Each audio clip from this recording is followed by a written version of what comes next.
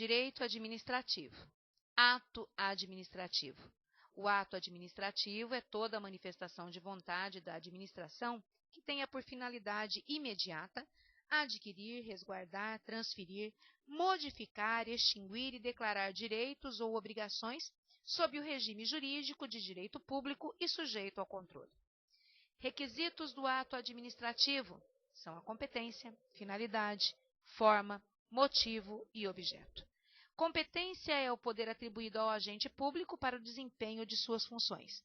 A finalidade, o ato administrativo visa sempre ao interesse público. A alteração da finalidade caracteriza desvio de poder ou desvio de finalidade. Forma é o revestimento exterior do ato, em sua maioria, a escrita. Motivo é a situação de direito e de fato que determina ou autoriza a realização do ato administrativo. Objeto é o conteúdo do ato administrativo e a falta de qualquer um desses requisitos pode conduzir à invalidação do ato administrativo. Mérito do ato administrativo implica a avaliação da oportunidade e conveniência da edição do ato administrativo, existindo, portanto, somente nos atos de cunho discricionário. Atributos do ato administrativo: presunção de legitimidade, imperatividade e autoexecutoriedade. Na presunção de legitimidade, todo ato administrativo nasce com a presunção de legalidade. Imperatividade, conhecida como poder extroverso do Estado, é o atributo do ato administrativo que impõe a coercibilidade para seu cumprimento ou execução. A autoexecutoriedade implica a possibilidade de a administração executar determinados atos administrativos diretamente, independentemente de ordem judicial. A autoexecutoriedade existe quando a lei a prevê expressamente e em caso de providências urgentes que, se não adotadas de imediato, podem ocasionar um prejuízo maior para o interesse público.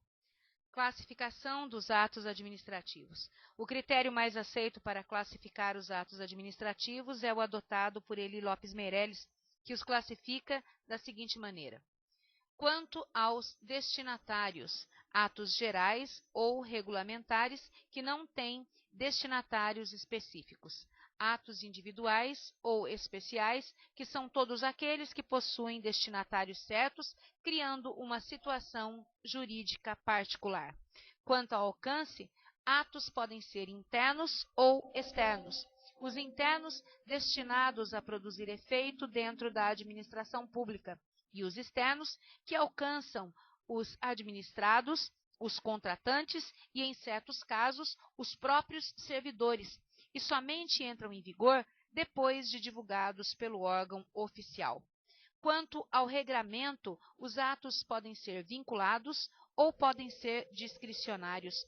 Os vinculados, para os quais a lei estabelece os requisitos e condições de sua realização, não existe liberdade de opção para o administrador público.